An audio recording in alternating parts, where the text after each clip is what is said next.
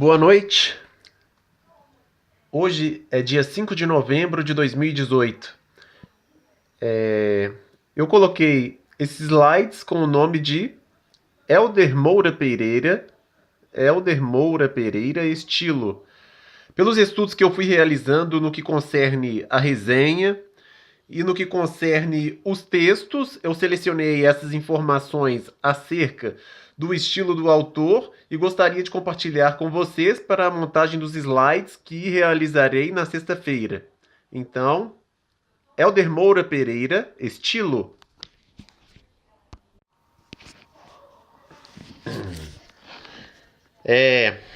Eu coloquei como primeiro slide o Advento. Assim como na Igreja Católica a gente tem o Advento, que é o primeiro acontecimento do ano litúrgico, eu decidi colocar também o nosso primeiro slide aqui como um Advento.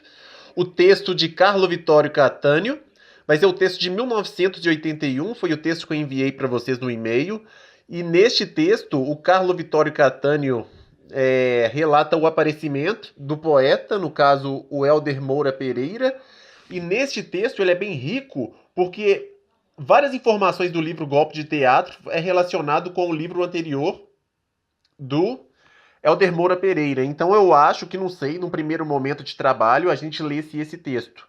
O texto de Carlo Vittorio Cattaneo, chamado Numa Recensão, publicada nessas páginas no Colóquio das Letras, número 61, lá de Portugal, porque neste texto tem algumas características peculiares que a gente vai achar no livro dele, o anterior, o primeiro, eu acho, no caso, e o último, o Golpe de Teatro.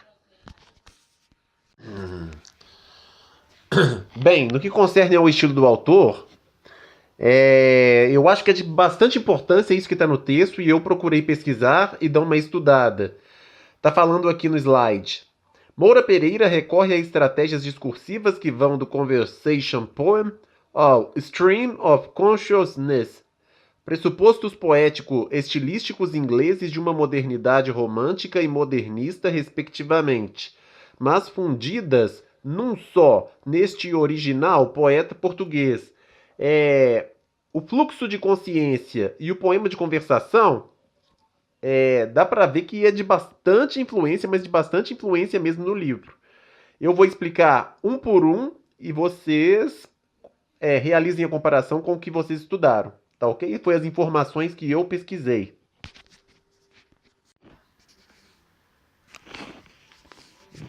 Bom, o fluxo de consciência. O fluxo de consciência ele se estabelece na quebra dos limites de tempo e espaço, como a gente estava estudando o livro O Angústia. Dá para ver pela cabeça do Luiz da Silva que ele vai misturando vários eventos, ele vai misturando o passado com o presente e acaba que o leitor não acaba nem sabendo qual momento, no caso atual na obra, o que ele está vivendo, se é o passado ou o presente. Então, o fluxo de consciência há essa quebra dos limites de espaço e de tempo, o passado e o presente se misturam e percebe-se também, no caso, pelo psicológico do personagem, a realidade e a loucura e a fantasia e o delírio. O leitor, ele consegue,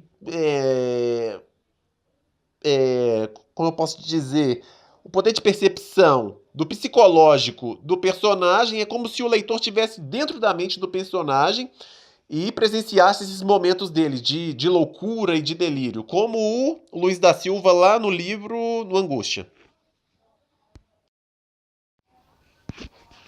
Eu percebi um pouco desse fluxo de consciência aqui no poema da página 23. Vou ler. Ninguém se via, e a minha visão derrotada no limite, porque a casa mantém os teus sinais. A tua voz a escoar-se em tons de vazio no vazio, que é o sono dúbio, sem qualquer espécie de sonho, nunca ao acordar, um sonho. Fantasias acordado, sonhar acordado, ajudado por sombra que se fazem luz elétrica de manhã. Para eu poder ver sombras esbatidas no coração da casa, sombras de quase verticais, quase sem serem mesmo sombras, apenas esboços de sombras, com a lentidão de gestos para cima e para baixo. Havia gritos, mas eram gritos que só eu ouvia no meu silêncio.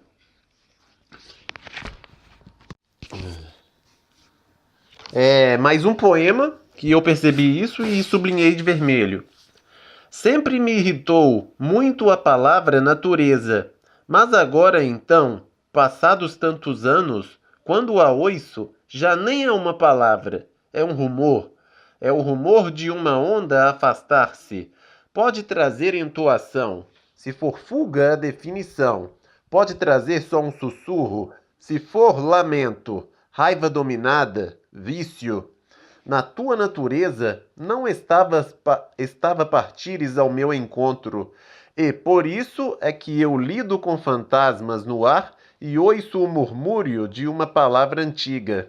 Acho que essa parte sublinhada vai exemplificar bem no que se trata o psicológico do personagem. O que está acontecendo com ele, né? Ele fala, eu lido com fantasmas no ar e ouço o murmúrio de uma palavra antiga.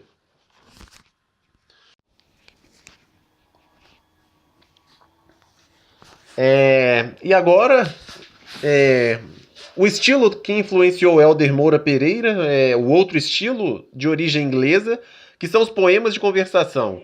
Eu vou estar relatando aqui algumas características do que eu vim pesquisando. Beleza? Vamos então aos poemas de conversação. As características.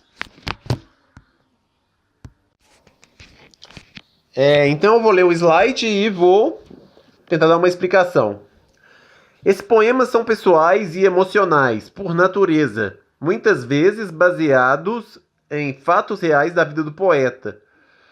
Compartilham uma memória significativa ou um evento da vida.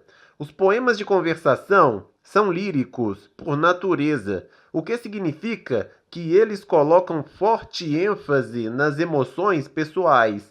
Pelo que foi relatado aqui, no que concerne a primeira característica dos poemas de conversação, a gente pode deduzir que se tratam de poemas autobiográficos, né? Só pelo que eu sublinhei aqui coloquei em negrito, dá pra gente ver as características pessoais e emocionais, fatos reais da vida do poeta, compartilham uma memória significativa ou um evento da vida. Então dá pra deduzir uma característica dos poemas de conversação, o que vai aparecer nos poemas de conversação. E dialogando com os poemas do Helder é isso. Traços autobiográficos do autor. Bem, o poema que eu vi os detalhes pessoais da vida do autor relatado foi no poema da página 12. Lerei. Houve um milagre na terra desguarnecida, com o teu dedo que se parecia tanto, mas tanto, com o de uma criança a apontar pequenas folhas verdes, o que queria dizer que era possível encontrar água. As nossas bocas andavam secas, davam beijos secos, ou só ao de leve. Não tínhamos nada para dizer ao telefone. Então, a esperança das folhas verdes fez uma coisa que nenhuma linguagem tinha feito. Manteve-nos à distância, com silêncios firmes, em que bastava apontar com o dedo para a insignificância da vida de repente vir ao de cima. Bem, o próximo tópico no que concerne os poemas de conversação outra característica dos poemas de conversação é as discussões filosóficas mais profundas sobre a natureza humana e a poesia, muitas vezes ligando os dois. A gente vai vendo as características lá no que concerne o metapoema, né? Como vocês sempre enfatizam dentro de sala de aula. É um poema que fala de poema e o Helder Moura Pereira vai manter um diálogo direto, como um poema de conversação, ele está dialogando diretamente com o leitor. Ele vai falar disso, umas discussões mais filosóficas no que concerne a questões cotidiano de natureza humana, ok? E o poema que eu senti muito que foi relatado anteriormente foi este poema aqui, que está localizado na página 42. Meu Deus, o que as pessoas guardam? transportam a memória das casas. Dizem que não querem, mas transportam a memória das casas. Imagens de coisas concretas, sim, mas também muitas coisas concretas. Sapatos que já não se calçam, casacos que já não se põem, música que ouviram pouco, porque pode ser que haja, enfim, tempo, e música que ouviram muito, porque sabe bem ouvir a música que ouviram muito, resmas de papel antigo, porque qualquer vida dá um romance. Me perdoem pela entoação. Agora são 11h48 da noite e acabei de jantar.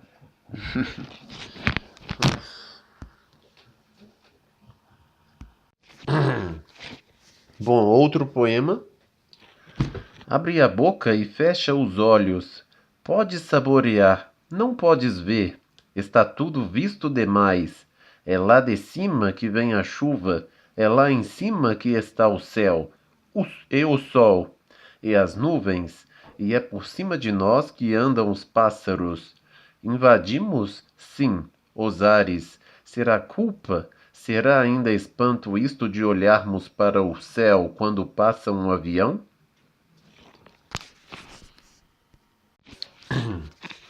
Bem, mais um aspecto dos poemas de conversação. Outra característica concerne a dicotomia entre vários aspectos da vida e da natureza humanas, como a ordem e o caos. O poeta resolve essas aparentes desconexões explicando que Deus está em toda a natureza. É para a gente observar aqui a leitura do primeiro poema, né, e o título do primeiro conjunto de poemas, que é Entre o Caos, é isso mesmo, Entre o Caos e o Comboio, né, que vai resultar no final do livro, né, Entre o Caos e o Cais. Isso a gente vai ver mais para frente, é uma característica do final do livro que vai permitir o interlocutor a, a reler o livro e ter novas percepções. Beleza, vamos ao tópico. O primeiro poema, então. Vejo daqui a ponte que atravessa o rio da expressão verdadeira e comum do amor. No leito desse rio, amor e desejo coincidem. O problema são as margens. Há a margem da insinuação, um extremo, uma sugestão que conta com a perspicácia alheia, coisa que pode dar muito mau resultado, né? Expressando a dicotomia agora a outra margem. E há, do outro lado, a margem da súplica, que é quando falta um só passo para a dor se tornar crônica e o desânimo ficar definitivo. De ambas as margens se vê nítido o rio da certeza. Bem, outro poema que eu reparei essa característica também, não sei se estou equivocado, mas é um poema que expressa a dicotomia entre a noite e o dia. Lembro-me bem desse dia, porque foi um dia igual aos outros. A parte da vida que se passa de dia, com tudo no seu lugar, tudo claro ou escuro, até as pedras claras dos passeios brilham, sujas de sombras, vozes que entram por um ouvido e saem por outro. E as noites desses dias? As noites são absolutamente terríveis.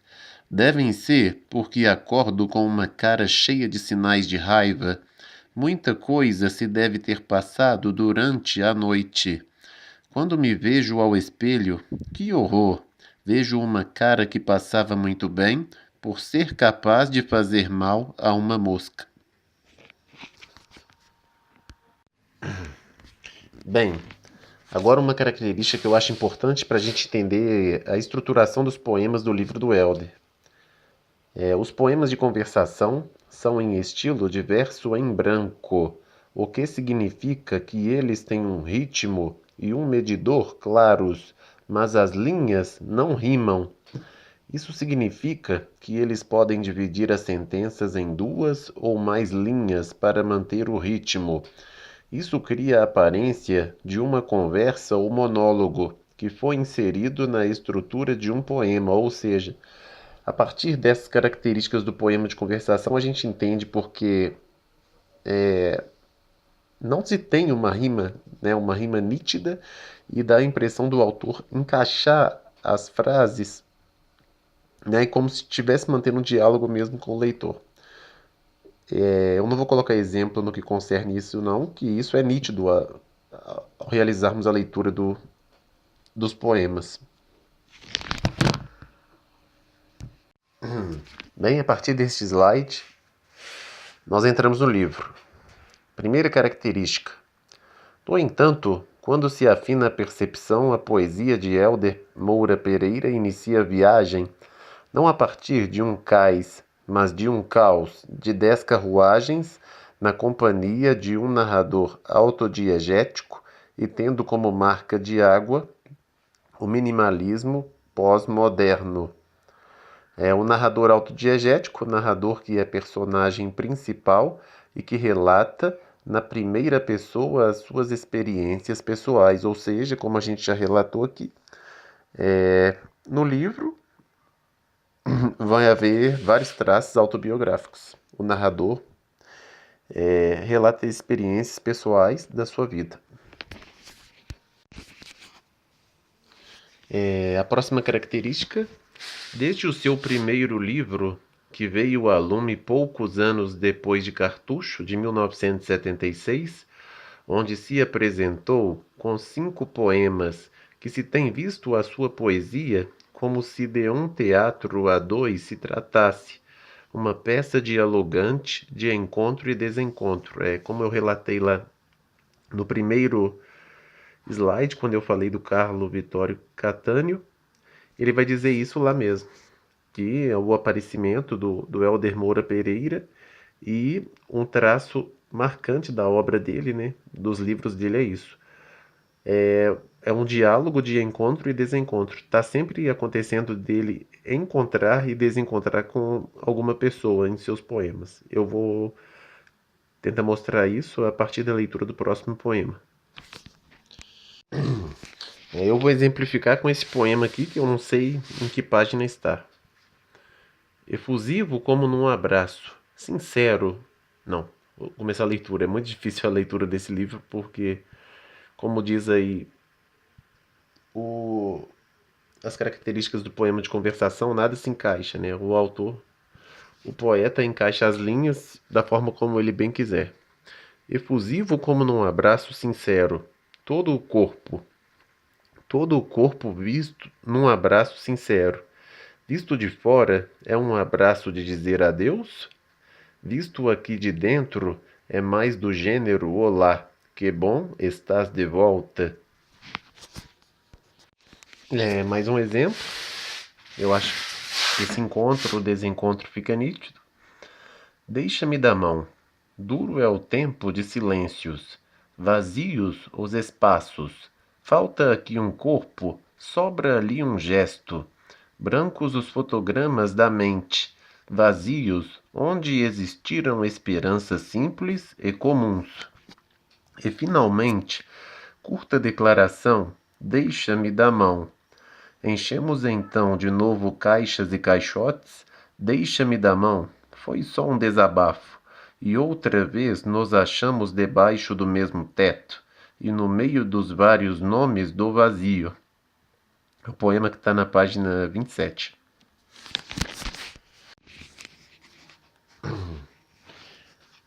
Bem, a próxima característica do livro. Já sabemos que todo o teatro conta uma história. Existem afinidades entre o teatro e a narrativa. Em Golpe de Teatro, este diálogo com tu imaginário, numa espécie de monólogo dialogante, está de novo muito presente na poesia de Helder Moura Pereira.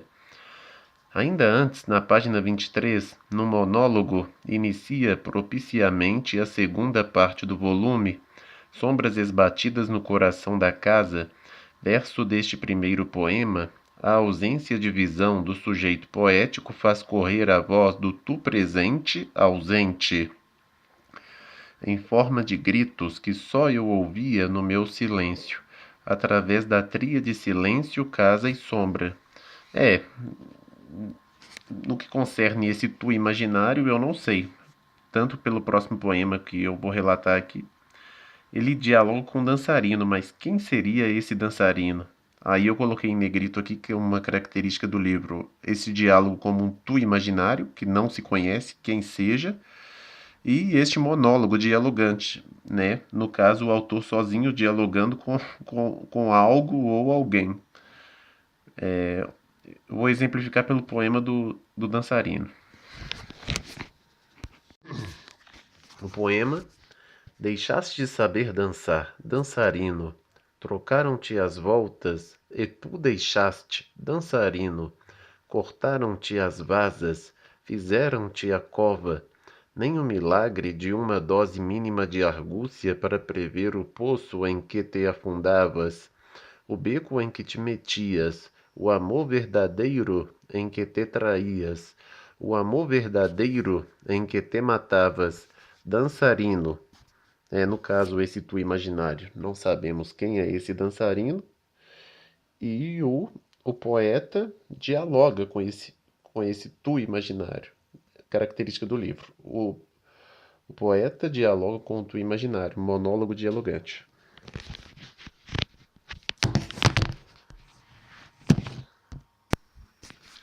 Outro poema. Faz uma grande diferença deixar de ver telhados e passar a ver pessoas. Estamos ao nível da rua. Eu dantes só via telhados e tu só vias as plantas do jardim. Agora, ao nível da rua, vejo pessoas lá fora e vejo a pessoa cá dentro.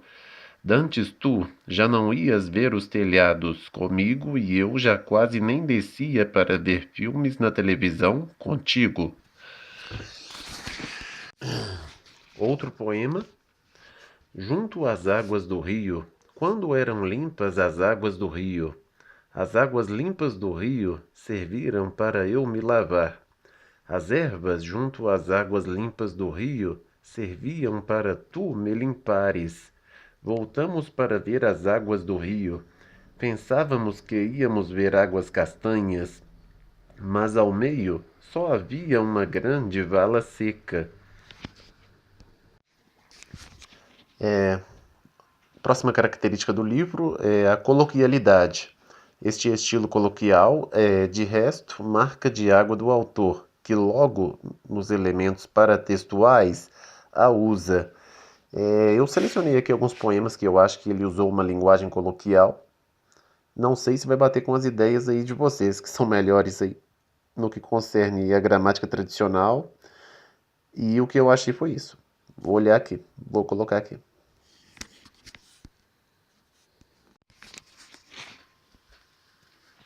Eu senti isso aqui. Muito foi no poema do marinheiro, né? Uma linguagem bem, mas bem coloquial mesmo, com termos como tesão, né? E alguma coisa relacionada mais peculiar ao cotidiano, igual como tu fala se tornou gay. Vou ler o poema. O marinheiro, após muito tempo no mar, chega à casa e não sabe bem o que há de fazer. Vem cheio de tesão, mas se o demonstra logo, pode parecer um animal, um selvagem, um tipo pouco civilizado. Se não o demonstra, a mulher pode pensar que já não gosta dela, ou então que se tornou gay, se é que não era já. Eu me sinto, eu sinto-me um marinheiro há muito tempo no mar, e tu só foste passar uns dias à casa dos teus pais.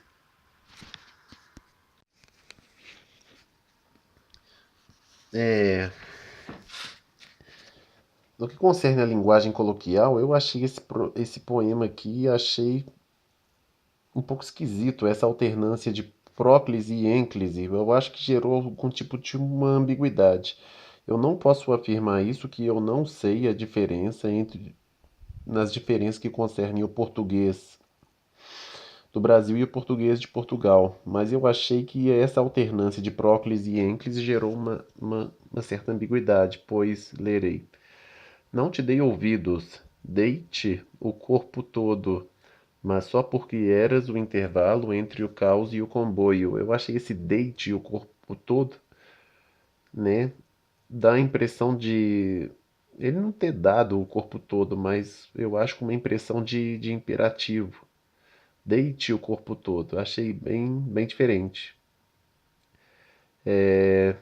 Eu não sei se vocês compartilham da mesma opinião, só coloquei aqui só por curiosidade. Bom, próxima característica, lá na resenha vai falar. Este é também um bom exemplo de outro recurso estilístico abundante em golpe de teatro, a repetição enfática. Eu, ao ler o livro também, tem horas que chega a ser até chato, que ele vai repetindo, repetindo, repetindo e repetindo, repetindo, repetindo. Dizem que, pelo menos o que diz na resenha, isso faz parte do estilo do autor. Vamos ver aqui nos poemas a seguir. O poema dá para ver que isso é nítido dessa repetição.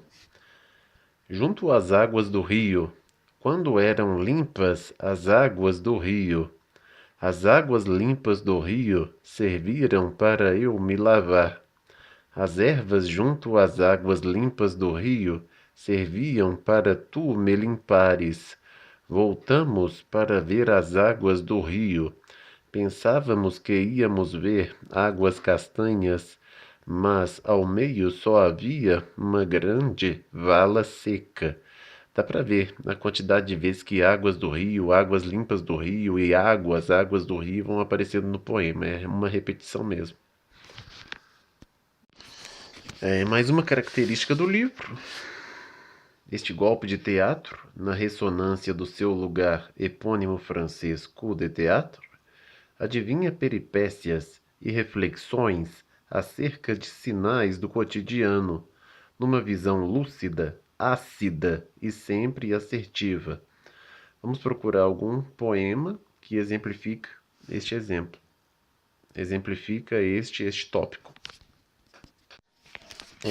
Eu senti este tópico neste poema aqui, que dá a impressão dele estar descontente com alguma coisa e ele coloca tudo para fora. Esticamos e esticamos e esticamos a corda até a corda ficar muito tesa.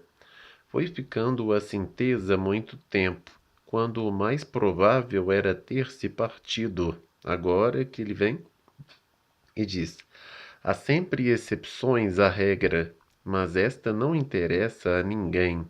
Camufla a ordem dos dias e é uma ratoeira para a passagem do tempo.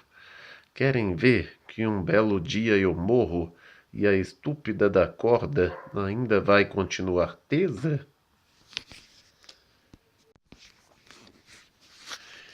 Mais uma característica relatada na resenha, eu não lembro se foi na resenha ou no texto, é que vai dizer: é também assim que cada poema tem teatro dentro, encenado para fora e por dentro de nós, para dentro de nós.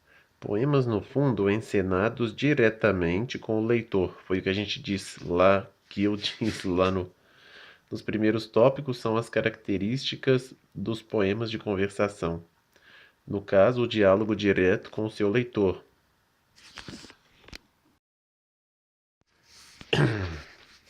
É o poema que exemplifica isso. Abra a boca e fecha os olhos. Podes saborear, não podes ver. Está tudo visto demais. É lá de cima que vem a chuva, é lá em cima que está o céu, e o sol, e as nuvens, e é por cima de nós que andam os pássaros. Invadimos sim os ares. Será culpa? Será ainda espanto isto de olharmos para o céu quando passa um avião? Outro poema que acho que exemplifica isso é o poema da página 62. Chegamos ao fim do dia, e cada um pensa para seu lado que isto não é vida. Deixamos na terra os habituais sinais com tanto de amor como de desespero, e, de mãos vazias, de coração ainda com alguma coisa, mas quase vazio, batemos com a força que nos resta, Pela última vez, a porta das sensações e a porta das sensações abre-se-nos muito devagar para uma esplendorosa noite cinzenta.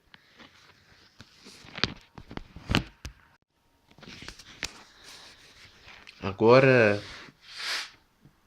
é a parte que vai falar Golpe de Teatro, editado pela Sírio e Alvim. É um livro que culmina num percurso poético longo e consistente. Trata-se de uma poesia enraizada nos detalhes da experiência comum e enriquecida por uma cativante energia imagéticos, afirma o júri na ata. Eu gostei desse tópico porque vai explicar o poema que eu achei ao ler o livro nessas 20 e tantas vezes o poema mais bonito, né? Que ele é bem, mas ele é bem imagético mesmo. Vamos ao poema.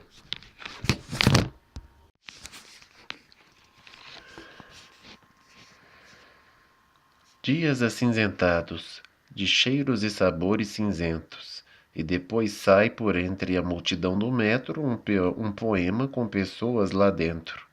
E as pessoas são sol, são pétalas, são uma data de coisas contrárias ao cinzento. É um real impossível, é uma fantasia de cores, é a saliência da luz por entre o turbilhão escuro, que por mais que o tempo avance, nunca mais fica mais claro. Mas o sol também é cinza, e a sua sombra deixa ver. Deixa eu ver o que está escrito aqui. Eu cortei errado, mas este é o poema.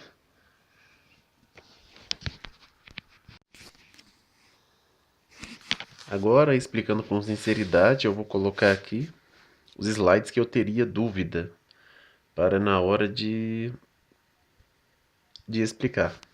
Vou lê-los. Se em cima do acontecimento de 1995 o autor abdicara de um ímpeto declarativo, nesta sua obra vai reivindicar o direito à palavra e a sua consubstanciação nela. As palavras ganham corpo e particular atenção, sejam elas gastas, desconhecidas, irritantes, antiquadas ou mortas, num exercício de cisão entre o significante e o significado, porque uma coisa é o som e outra o seu sentido.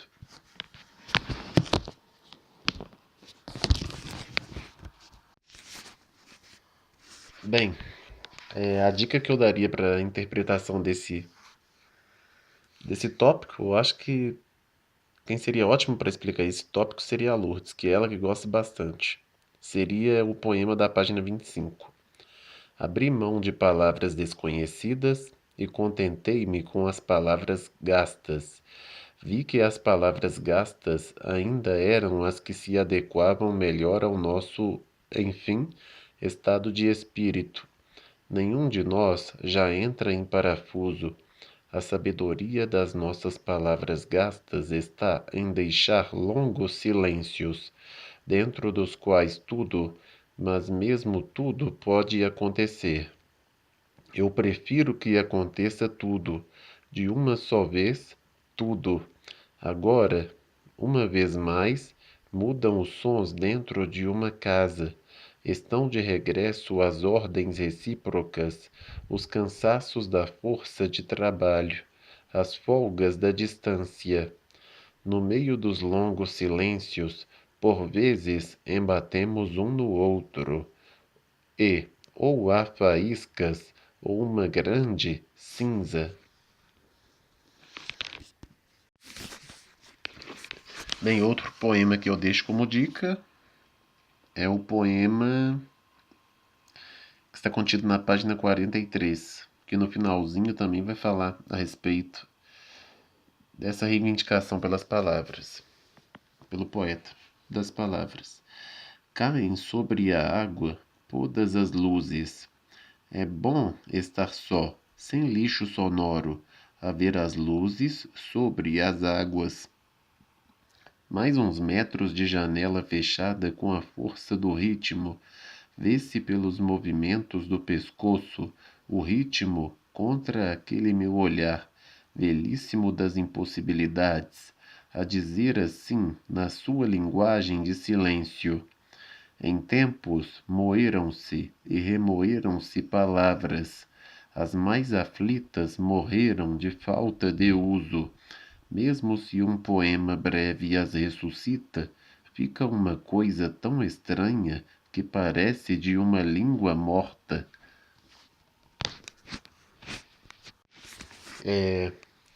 O tópico que disse que também, o metapoema e o poema sobre fingimento que é escrever fazem aqui e ali algumas tímidas aparições. A gente estudou lá na sala que, né, o testemunho e o fingimento, cujo o testemunho, o sujeito presencia o mundo e o fingimento, o sujeito o fantasia. Alguns poemas do livro aqui, como o próximo que eu vou recitar aqui, ele vai falar de um pouco de mentira. Ele chega até, eu acho, inventar um mundo. Ele vai falar de uma terra, algum lugar que se chama Bornholm. E eu creio que esses poemas seriam bem exemplificados, bem interpretados por essa linha, pela linha do fingimento. Eu vou lê-los.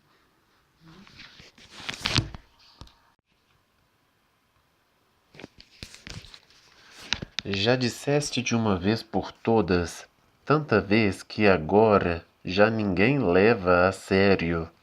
Como a jura juvenil, mentira. Como o cavalo que recusa passar o ribeiro e depois passa, mentira. Como a ideia de que a vida é possível, isto aqui talvez seja verdade. Talvez em Bornholm a vida seja possível. Ninguém me conhece em Bornholm. Vou para um banco ao pé do mar, picado, junto à boia do sul, e escrevo num caderno que trouxe da minha aldeia. Talvez aqui, em Bornholm, a vida seja possível. Estou só, ou está a minha sombra comigo? Chamo-te sombra. Sombra é um nome que te vai bem. Tu sabes que é a nossa última casa. Tu sabes que talvez em Bornholm a vida seja possível. Agora ou nunca, substitui muito bem de uma vez por todas.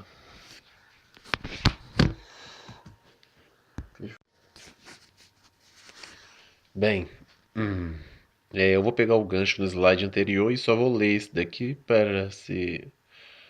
Não vai ser informação que vai passar batido. O autor não nos deixa esquecer que estamos perante um livro de versos. E é disso que nos fala então este fingimento, do fingimento retórico no caso pessoano, lírico no caso camoniano, num dos mais belos poemas de todo o livro e que resume a um passo o estilo do autor e o tom do volume. Fala aqui Helder Moura Pereira. A perda do amor, ser sempre dano, acabando por subverter esta ideia, tão petrarquista quanto canônica, ao desaguar na modernidade de, às vezes, não volta, ou então é apenas fingimento. Não passa de uma cadeira onde nos podemos sentar. Bom, outra informação, só para não passar batido, meu tempo está terminando, é que Helder Moura Pereira é um poeta que usa as coisas do concreto para as tornar abstratas na poesia, promulgando uma arte poética muito sua, reconhecível numa qualquer prova cega. Outra característica do autor, e termino com o desfecho do livro, que é a interpretação do último poema. E eis que na última página se deu um golpe de teatro. A vida, afinal, tinha outras coisas para mostrar, e para serem compreendidas, o leitor sente-se assim desafiado a novas e reiteradas leituras para a decifração da ordem e para o deslindar de um caos que se converte, agora sim, em cais de partida, num percurso de entendimento que fica sempre por cumprir. Essa última frase eu gostei bastante. Num percurso de entendimento que fica sempre por cumprir. Como diz o Ezra Pound, grande literatura, linguagem elevada ao seu grau máximo de significação. Ou seja, o leitor pega a obra, lê, lê, lê, lê, lê, lê, e continua lendo e está sempre tirando novas concepções, novas opiniões e sempre se renovando. Eu fico por aqui e isso eu fiz só como uma base mesmo, não tem nada definido. A gente vai juntar tudo que a gente tem de material e essa semana a gente encontra para discutir o que a gente vai colocar nos slides, o que a gente vai interpretar, o que a gente define para sexta-feira. Muito obrigado. E isto foi o máximo que eu fiz para a gente ter alguma referência. Espero a referência de vocês agora. Obrigado. Boa noite. São 2h33 da manhã. Obrigado.